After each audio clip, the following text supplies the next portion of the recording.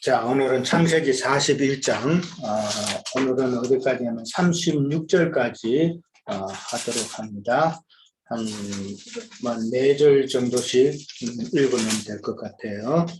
제가 먼저 읽을게요. 41장. 기도로 빠져요. 예? 기도로 빠지냐고. 참 기도했다. 행주님 하시겠어요? 아니. 그냥 바로 보세요.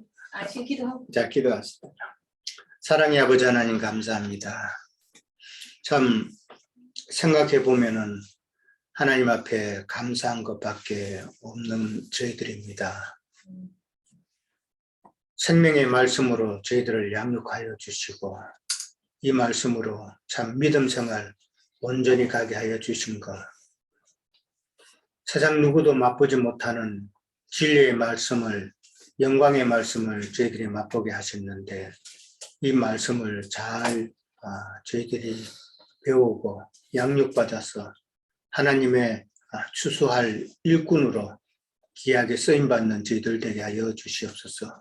오늘도 주의 말씀을 저리 나눌 때에 주의 성령께서 우리와 함께 하시고 참 우리 마음속에 밝은 빛이 임하는 그런 체험들을 다 느낄 수 있도록 인도하여 주시옵소서.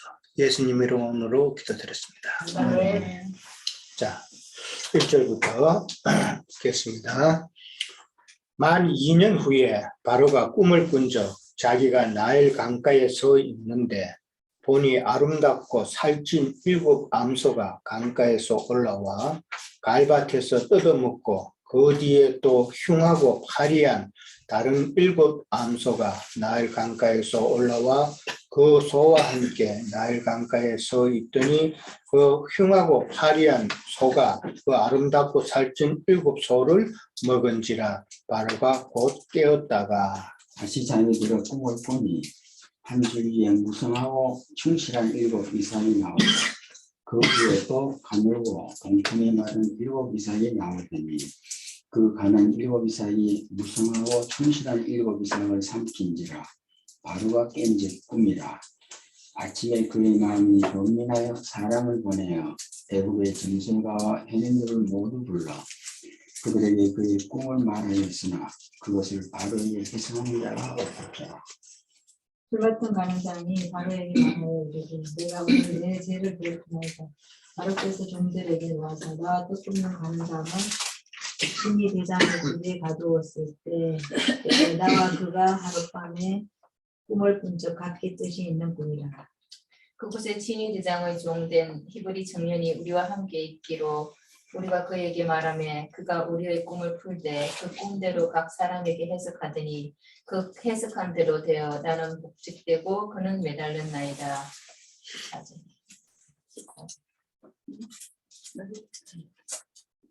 이에 바로가 보내요. 아니야? 내가 사람이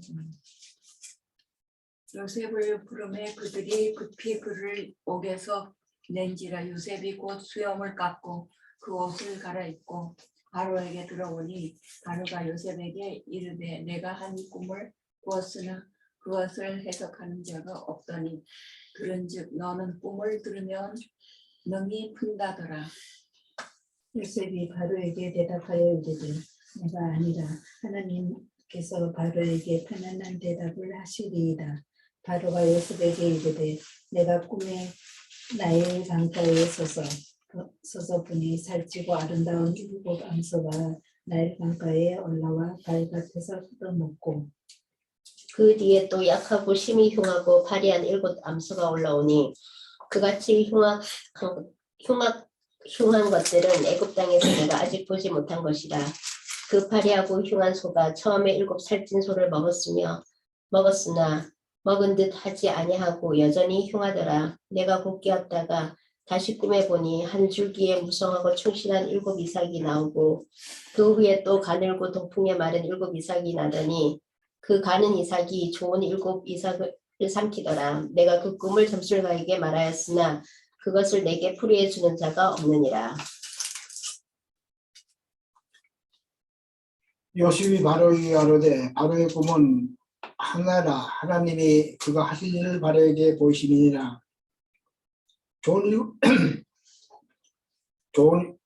일곱 좋은 암송은 일곱 해요. 일곱 좋은 이삭도 일곱 해니 그 꿈은 하나라. 그 위에 올라간 파리하고 흉한 일곱 손은 시연이요. 동풍에 말라 속이 빈 일곱 이삭도 일곱 해 흉년이니 내가 바로에게 이르기를 하나님이 그가 하실 일을 바로에게 보신다 함이 이것이라. 온 애굽 땅에 일곱해 큰 풍년이 있겠고. 끝까지 해요?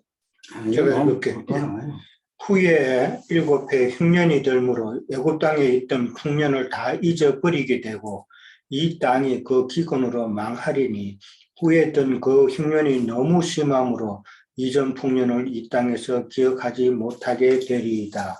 바로께서 꿈을 2번 겹쳐 꾸신 것은 하나님이 이 일을 정하셨습니다.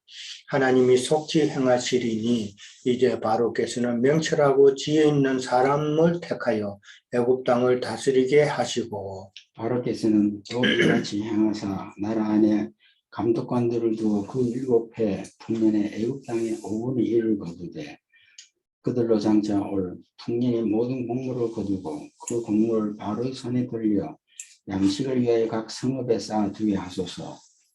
이와 같이 그 곡물을 이 땅에 저장하여 애굽 땅에 이말 7해 흉년에 대비하시면 땅이 이 흉년으로 말미암아 망하지 아니하리이다. 예. 자, 41장 이제 앞에 부분을 저희들이 이제 읽었는데 41장의 전체 내용은 뭐예요? 꿈 해석이죠. 꿈 해석이죠. 바로왕의 꿈 해석이에요. 근데 이제 전체적으로 이제 오늘 읽은 것만 보면은 이제 꿈을 해석하는 내용이 나오는데 41장의 전체 내용은 요셉이 바로왕의 꿈을 해석함으로 뭐가 돼요?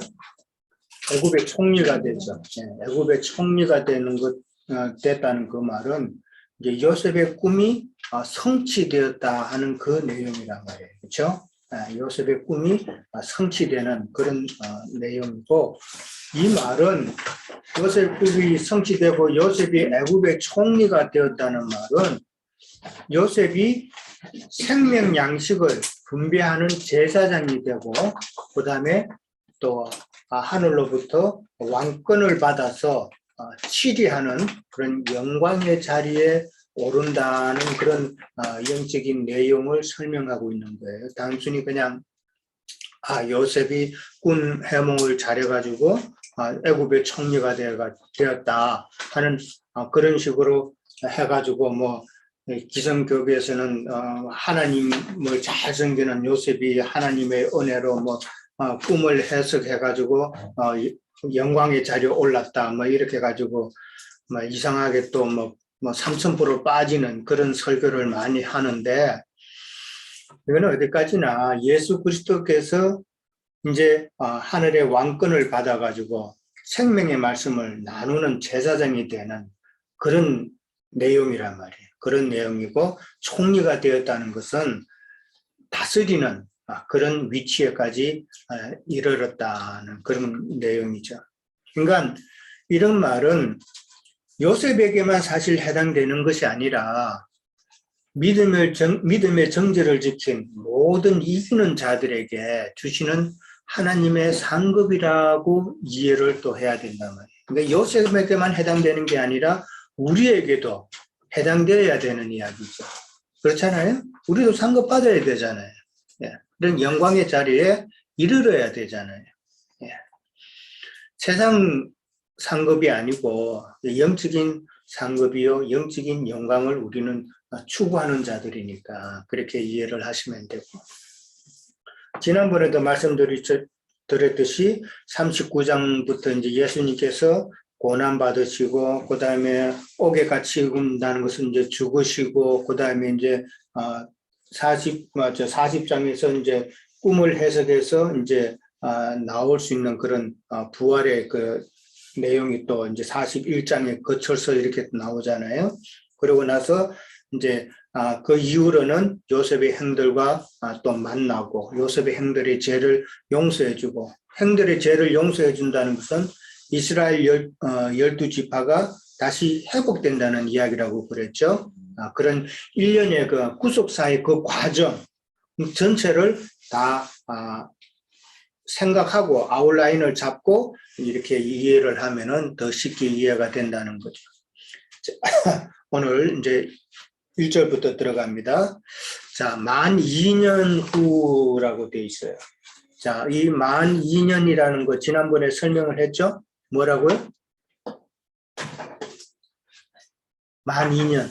교회시대. 시대. 교회 시대라고 그랬죠. 그러니까 예수님께서 오늘과 내일은 내가 복음을 전하고 제 3일에는 완전하여 지리라라고 이제 말씀을 하셨죠. 그 오늘과 내일에 해당된단 말이에요.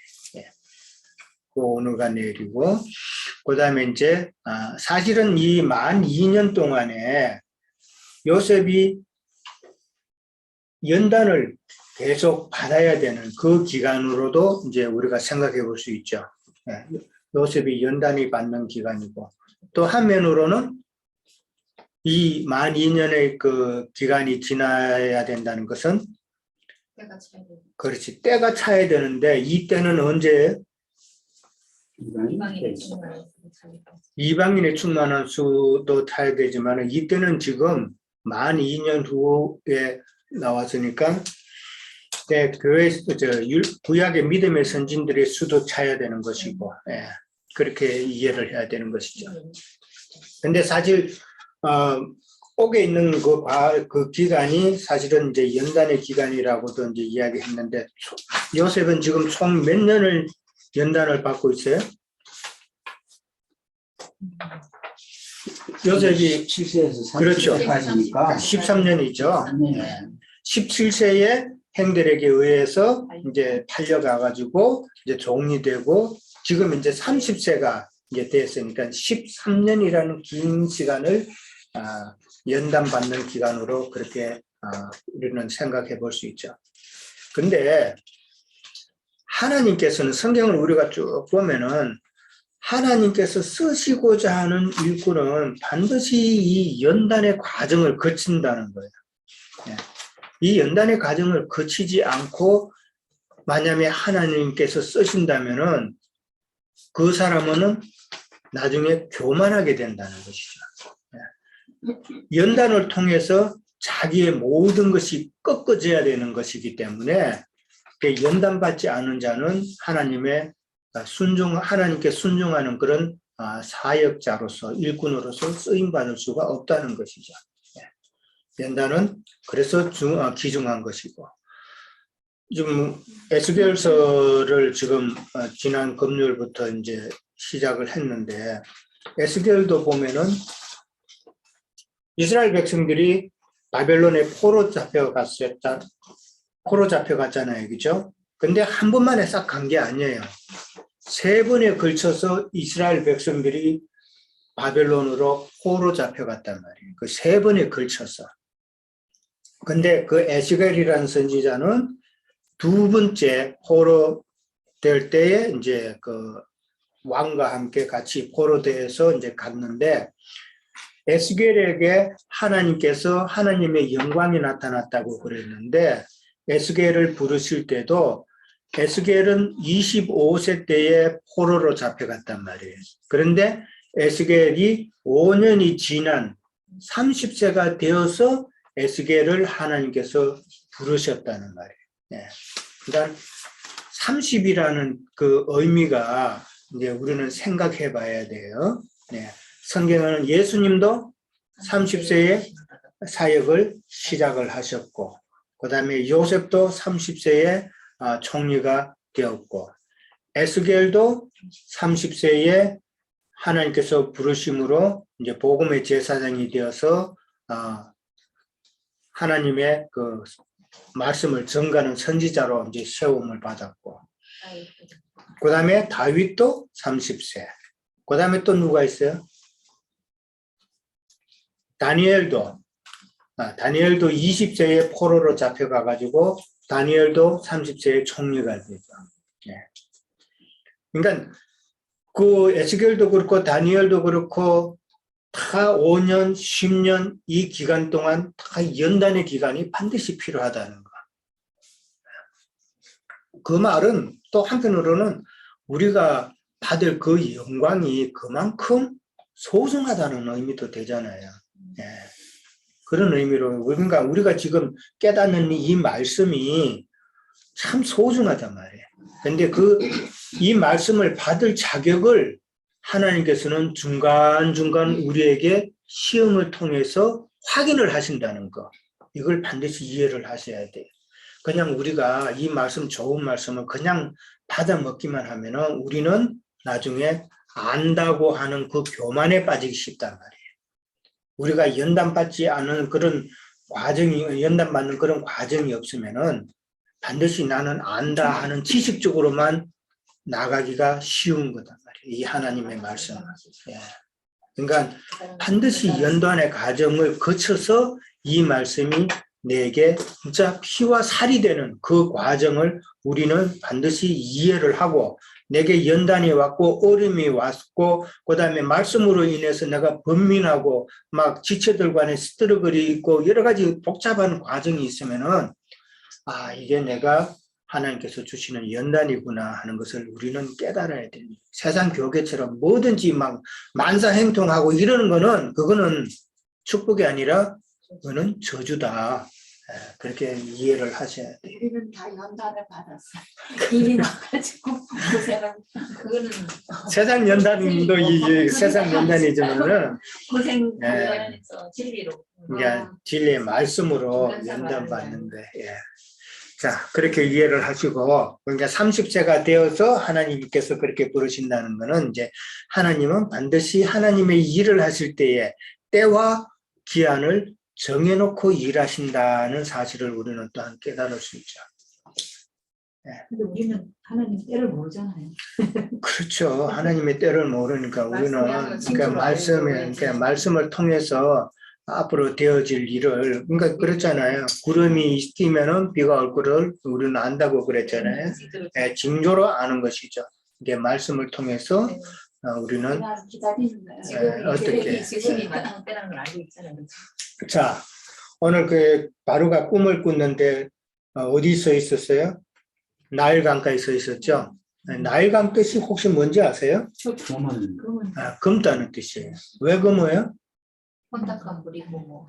배수 그러니까 땅에서 오염된 모든 것이 나일강으로 흘러 들어가는 거예요. 비가 오면은. 그러니까 나일강으로 흘러 들어가니까 그 땅에서 있는 모든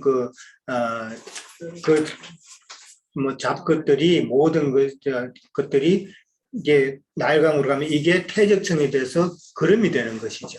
예, 거름이 되어서 이제 그 땅이 이제 비옥하게 되고 그렇기 때문에 나일강 그쪽은 상당히 농업하기에 좋은 땅이에요.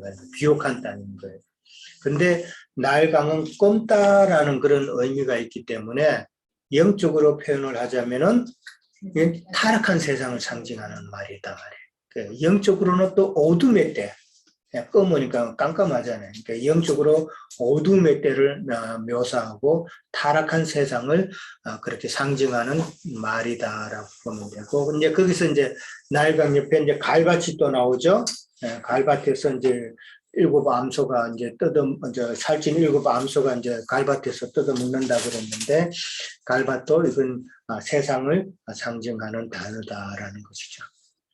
자, 근데 이제 바로가 꿈을 꾸었죠. 몇 번을 꾸어요? 2번을 꾸었죠. 32절을 오늘 읽은 데 보면은 바로께서 꿈을 2번 겹쳐 꾸신 것은 하나님이 이 일을 정하셨다라는 것이죠. 네. 하나님께서 이 일을 정하셨다. 2번 겹쳐 꿈을 꿨으니까. 근데 2번의 꿈은 지난번에 뭐라고 그랬어요? 2번의 꿈을 꿨다는 것은 2 시대를 이야기한다라고 그랬죠. 네. 2 시대의 구약 시대와 신약의 교회 시대에 걸쳐서 행하실 하나님의 구속사의 경륜을 이야기하고 있다라고 이야기를 했어요. 그러니까 두 번 꿈꿨다는 것은 하나님께서 구속사를 구약과 신약에 거쳐서 이제 그렇게 하시겠다는 것으로 이해를 하면 됩니다. 자, 그걸 먼저 이해를 하시고, 그러면은 살찐 7 암소와 흉하고 파리한 7 암소는 누구를 상징하나요? 질문인데, 자, 그러면 살찐 7 암소와 파리한 7 암소는 누구를 상징할까? 어떤 때를 상징할까? 자, 한번 이제 말씀 보신 대로 한번 말씀해 보세요. 구약의 말씀이 풍성히 넘치는 분연기의 여호와의 종들이고 네, 흉년의 흉한 놈들은 기근을 안겨주는 사탄의 사자들인 흑마들의 때라고도 할 수 있습니다. 네, 또한 어둠 세상에 새 창조를 위한 보내심을 받은 구약시대 사자들이 또한 두 부류로 나눈 것도 유명하고. 네.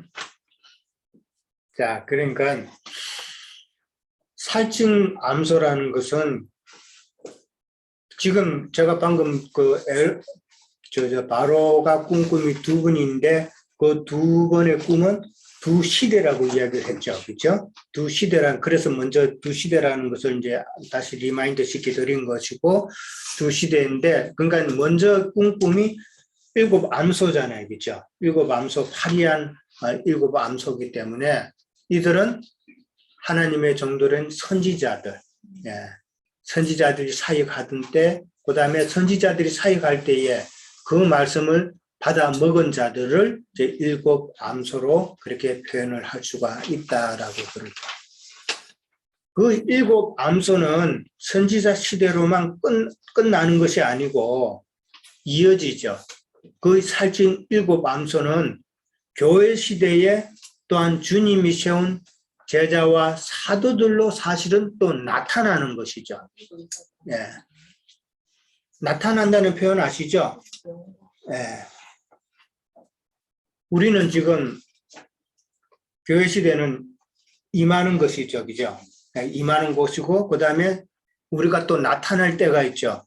천년왕국 시대 때에 우리는 나타난다. 그러니까 구약 시대의 7 암소는, 그러니까 그 믿음의 선진들, 선지자들은 교회 시대에 주님이 세운 사도들과 제자들로 실현이 된다, 나타난다는 사실을 더 먼저 이해를 하셔야 되는 거예요. 그냥 구약 시대로만 끝나는 게 아니에요. 예수님 당시에 그 모든 그 유대 지도자들도 유대 지도자들 그때만 끝나는 게 아니라면 그 자들이 오늘날에도 이게 계속 흐름을 이어가고 있다는 거, 그렇게 이해를 하셔야 돼요. 자, 그 다음에 파리한 7 암소는 방금 형제님 말씀하신 대로 하나님의 종들인 그 선지자들을 핍박하고, 그 다음에 그들이 말을 왜곡시키고 하나님의 말씀을 도적질하고 가라지 씨를 뿌려가지고 혼탁해 하는 자들이다 말이에요. 그러한 자들의 사역을 따르고 말씀을 들어서 그 영혼이 피폐해진 그런 상태를 파리한 7 암소. 파리하다는 말은 우리가 잘 안 쓰는 말이잖아요. 그러니까 그만큼 꽉 말랐다는 그런 내용이죠. 이게는 이제 어떤 외형적인 그런 모습보다는 그 영혼이 꽉 마른 그런 상태다라는 것을 이제 우리는 생각해 보잖아요. 그렇게 이해하면 돼요. 그 유대교 지도자는 화려한 7 암소 아니에요? 유대교 지도자들은 이들은 사탄의 사자이기 때문에, 그렇죠? 같은 얘기죠. 그렇죠. 사탄의 사자이기 때문에 전하는 자나 그 다음에 듣는 자나 다 파리한 상태이죠. 그렇잖아요. 진리의 말씀이 없기 때문에 그들이 말씀을 전한다고는 하지만은, 말씀을 가르친다고 하지만은 유대교 지도자들도 바리새인들도 서기관들도 다 생명의 말씀이 없기 때문에 그 영혼들은 아주 파리한 자들이다. 그렇게 이해를 하셔야 되는 거죠. 자, 그 다음에 2번째, 충실한 7 이삭이 이제 또 나오죠. 이삭과 동풍의 말은, 이삭은 그럼 누구를 상징하느냐? 이건 뭐 어느 정도 답이 나오죠. 충실한 이삭은 누구? 신학 시대에 예, 종된 제자들과 증인들 그렇죠. 그들은 이제 일곱 이삭으로 표현된 사역자들이고, 그 다음에 그들의 말씀을 듣고 깨닫고 이제 회개하고 깨달은 자들이 충실한 이삭으로 표현이 되는 것이죠. 그러면은 그 충실한 이삭은 아까는 살찐 일곱 암소가 교회 시대에 주님이 세운 제자들과 사도들로 나타난다고 그랬는데 이 충실한 이삭은 그러면 언제 나타나요? 천년왕국 때에 나타나는 것이죠. 예. 즉 우리가 충실한 충실한 이삭이 지금 맞는 거죠. 되는 거잖아요. 그러면은 우리는 교회 시대 때 양육받아서 천년왕국 시대에 그 장사되고 구하는 임하는, 그러니까 나타나는 그런 내용이 것을 이제 이해를 하셔야 돼요.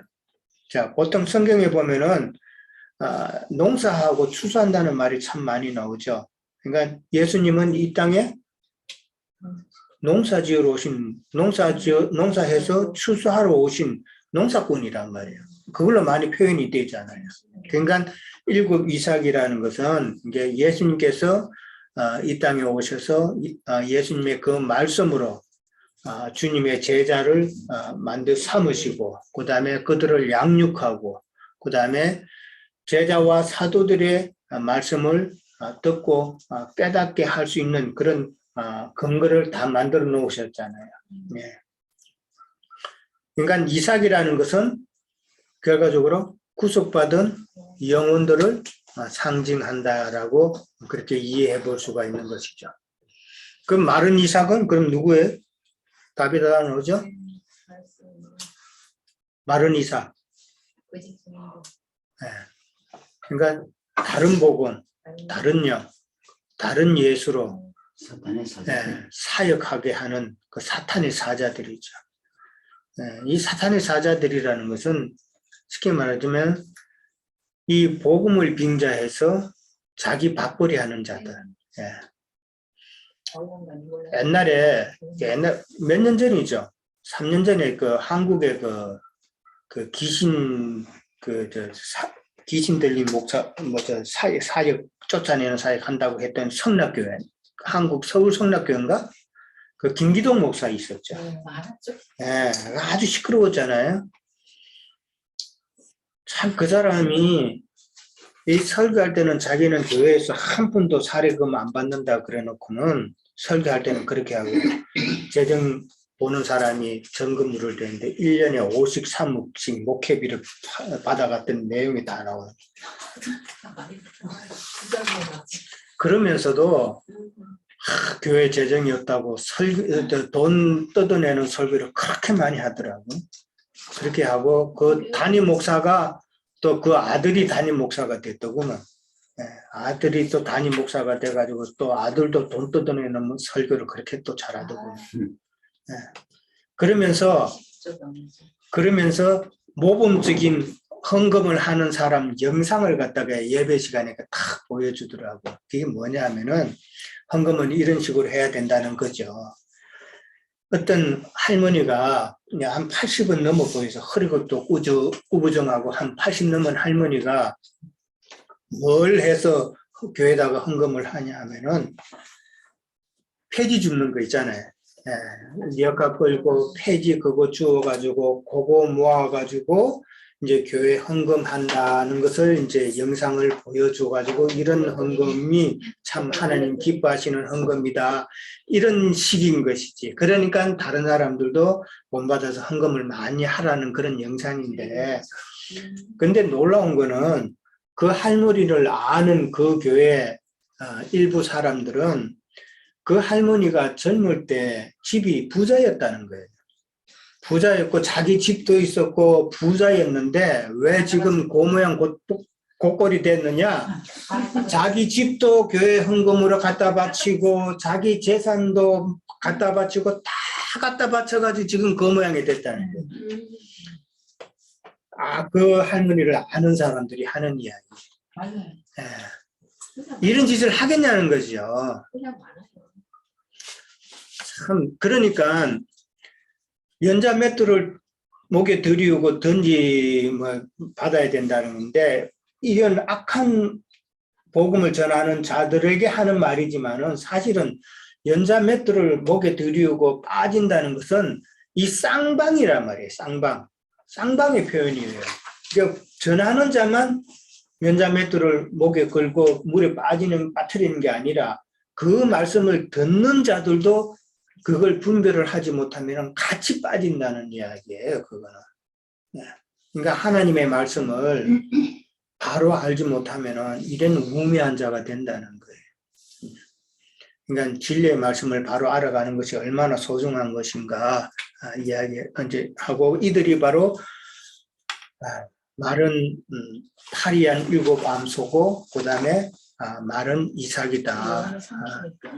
이렇게 이해를 이제 하시면 돼요. 교회에서 네. 10만 불인가 20만 불 아까 꽂아달라고 2년에 대해서 치마 이야기를 쓰려고. 했는데 보존- 형님이 안 주고 그래서 여기 나영님이 돈 달라 그러니까 7년, 돈 10년, 주는 천년기간 중에 나오는 2년은 70일의 중 마지막 한일의 기간이 2년이라고 하셨는데 예.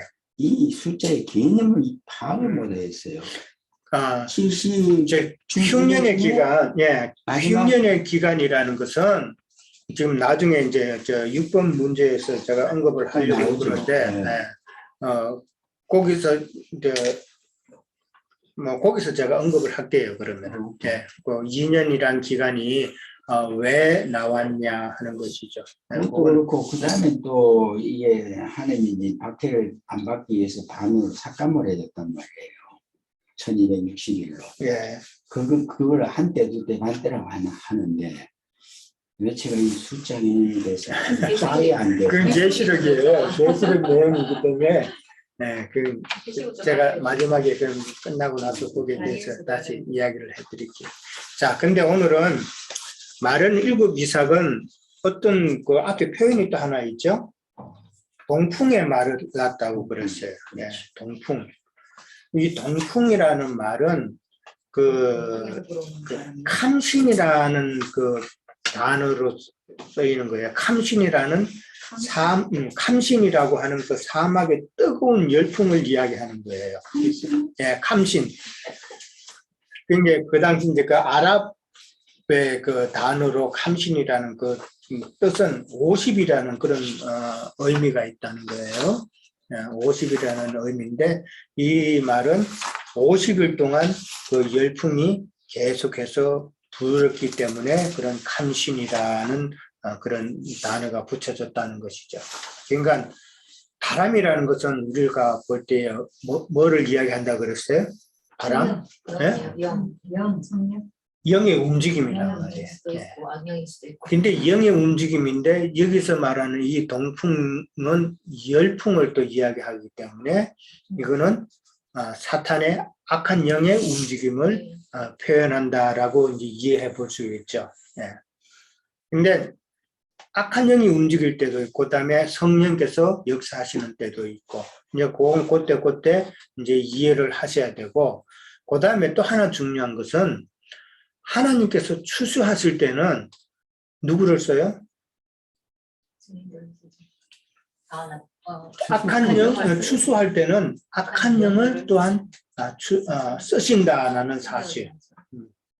그러니까 순교당한다는 게 결국은 추수되는 것인데 추수할 때 우리를 순교시키는 자는 누구예요? 악한 사자들이란 말이에요. 이 비밀도 또 우리는 깨달아야 돼요. 그러니까 하나님께서 선한 영만 쓰시는 것이 아니라 악한 영도 하나님께서는 쓰신다라는 것을 이제 반드시 이해를 하셔야 돼요. 그러니까 이 이스라엘로 봤을 때 동쪽은 어디예요?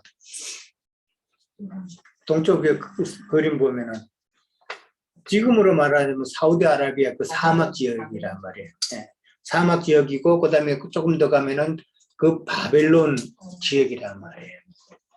그러니까 바벨론 지역에서 불어오는 열풍이란 말이에요. 그러면 이 바벨론은 뭐예요? 뭐를 상징해요? 세상 큰 종교 체제를 이야기하잖아요, 바벨론.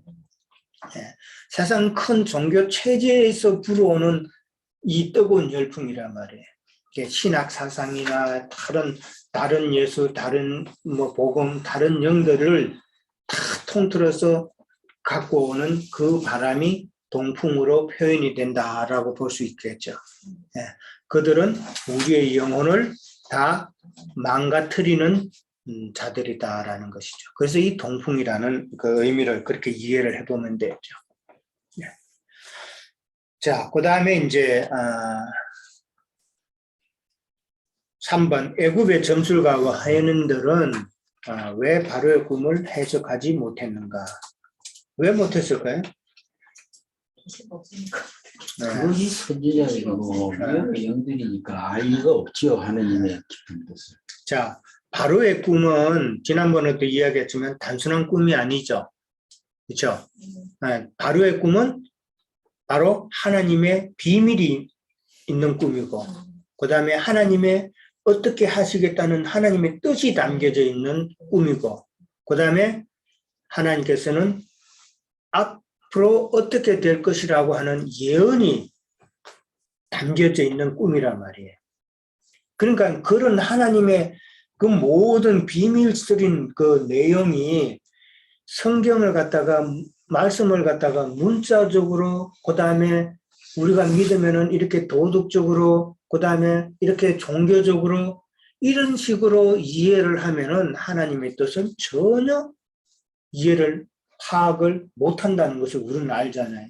그렇기 때문에 그렇게 여기 오늘 보면은 점술가와 해인들이라고 그랬는데 해인들은 막 세상에 뭐 세상 지식이 아주 풍부하고 뭐 다 안다고 하는 자들이잖아요. 그들이 알 수가 없는 것이다. 그러니까 오늘날에는 많이 안다고 하는 신학자, 그 다음에 종교 체제 안에 있는 자들은, 그러니까 우리가 세상 교회의 목사님들 설교 들어보면 언제는 다 어느 정도 분별이 되잖아요. 지금 이 설교가 진짜 성경을 갖다가 이야기하고 있는지, 하나님의 계시를 지금 우리에게 전달해주고 있는지, 아니면 세상 도덕적으로, 세상 종교적으로 그렇게 나가는 건지 우리는 다 분별이 되잖아요. 네. 그들은 다 영적인 암흑에 거하는 자들이다라는 것이죠. 네.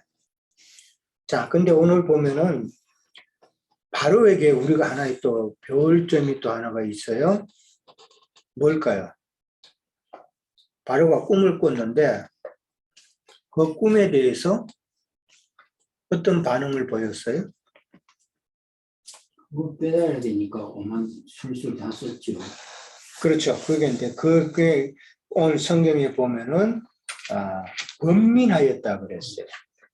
8절에 꿈을 꿨는데 그 마음이 번민하여 이제 사람을 불러서 뭐 어떻게 그 번민함을 풀어보려고 했다는 것이죠. 자, 이 번민했다는 것은 하나님의 꿈, 그러니까 말씀에 대해서 이게 무슨 뜻일까? 우리로 지금 말하자면 이 말씀이 무슨 뜻일까? 하는 답답함이 우리에게 또 있어야 된다는 말이에요. 예. 말씀을 이렇게 읽었는데도 이게 뭐 성경 뭐 그냥 지식적으로 알고 그냥 이건 뭐 관심이 없다면은 이 바로의 번민함이 아니잖아요. 우리도 말씀을 읽을 때에 이 말씀이 무슨 뜻일까?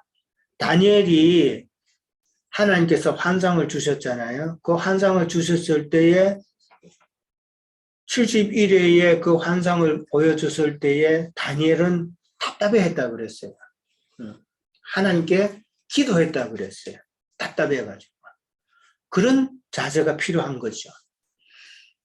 그러니까 풀려는 마음이 간절한 자에게는 하나님께서는 또한 그 길을 열어주신다는 거. 그것을 또 이해를 하나님께서는 사도 바울도 사도 요한도 그랬죠. 지난번에도 우리가 읽었어요. 계시록에 봉한 인을 7인을 다 봉했죠. 봉했을 때 그 봉한 7인을 풀 자가 없어서 사도 요한은 어떻게 했다고요? 울었다고 그랬어요. 울었다고. 우리가 말씀을 알고 싶어서 운 적이 있어요? 진짜 답답. 나도 그래요. 울었다 그랬으니까 말씀에 대한 검체의 씨름을 내서 많이 참 말씀 우리에게 정말 필요한 자세다라는 것을 이해를 하셔야 되고 참 하나님의 말씀을 깨닫고자 하는 그런 간절한 마음이 있어야 된다는 것을 우리는 다시 한번 생각해 볼 수가 있고, 그 다음에 이제 그 9절에서 13절에 가면은 그렇게 했을 때에 이제 술 맡은 간원장이 이제 기억을 하게 되는 내용이 나오죠. 그래서 그 술 간원장이 바로 앞에서 그 두 간원장의 꿈을 해석한 이제 요셉을 이제 증거를 하는 내용이 나오죠. 두 간원장의 꿈의 그 요점은 뭐였었어요? 떡 간원장의 꿈의 요점은 뭐예요? 떡 간원장의 꿈의 요점은 예수님.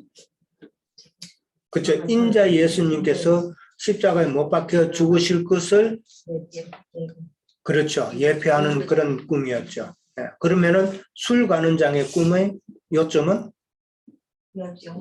성경에 관한 이야기가 나왔습니다. 그러니까 영으로 예수 그리스도께서 영으로 다시 살아나셔서 그 바로에게 수종될 거라는 것이죠. 그러니까 영으로 다시 오셔서 하나님의 구속사의 사역을 계속 복직했다는 말은 다시 이루어 간다는 그런 내용이잖아요. 인자 예수님으로 오셔서 구속사를 이루셨고 구원을 이루셨고 구속을 이루셨고 그 다음에 이제 영으로 오셔서 제자들을 삼으시고 제자들과 함께 그 영으로 구속사를 계속 이어간다는 그런 내용이란 말이에요. 그 두 간원장의 꿈은 그렇게 이해를 하셔야 되는 거고. 근데 그 지금 수님하는 떡 관원장 이야기에 예. 한 주인 강도는 예. 그 하느님한테 잘못을 그렇죠. 자기가 진술함으로 예. 예수님이 너는 나하고 같이 간다고 했다고. 그렇죠. 그러면 그때 이미 하늘 올라갔는데 언제 하느님 다시 내려와 또 영으로 데리고 갔냐고. 예수님이 응. 부활 승천 예수님 부활해서 십자가 영으로. 달린 상태잖아요. 그러니까 육으로 지금 죽으셔야 되는 그때. 그러니까 아직은 안 죽었단 말이야. 그렇죠. 그러니까 영으로 이제 가셔서 와서 데려갔다고 지금 막 이야기했는데 다시 나와 함께 이제 예수님이 그러니까 함께 같이 가자는 거야. 그렇죠. 그 말은 부활 승천한 뒤에들랑 같이 가자 이 말인 거예요. 아니면은 둘 다 살아 있을 때 아니, 죽으면서 같이 올라가자 그 말이에요. 육은 다 죽는 육은 이제 죽는 거니까 그랬더니 예수 그 표현을 어떻게 해야 되나? 그러니까 이제 내가 예수님께서 말하는데 그게 생명체는 어차피 죽어야 되는 몸이니까 그렇죠. 죽고 난 뒤에 이야기가 전개되는 걸 이야기하는 거잖아요. 그렇죠. 영으로 오셔서 알았어요. 같이 가는 것이죠. 이제 예. 나고 있으리라 했습니다. 낙원에 이제 음부의 세계에 이제 있다는 사후세계. 것이니까 사후세계로 들어간다는 것이 네, 그 이야기. 자, 그 다음에 이제 간원장이 그렇게 잊어버렸는데 결국은 잊어버리는 것도 하나님의 뜻이라는 것이죠. 예, 잊어버림이 없었으면은 그 하나님의 때에 그렇게 시작이 또 안 되니까 그렇게. 그 다음에 이제 창세기 지금 오늘 이제 요셉의 그 꿈 이야기가 나오는데 꿈에 대해서는 또 다른 한 사람이 있죠. 꿈을 꿔가지고 요셉과 같이 총리가 된 사람이 있어요. 누구예요?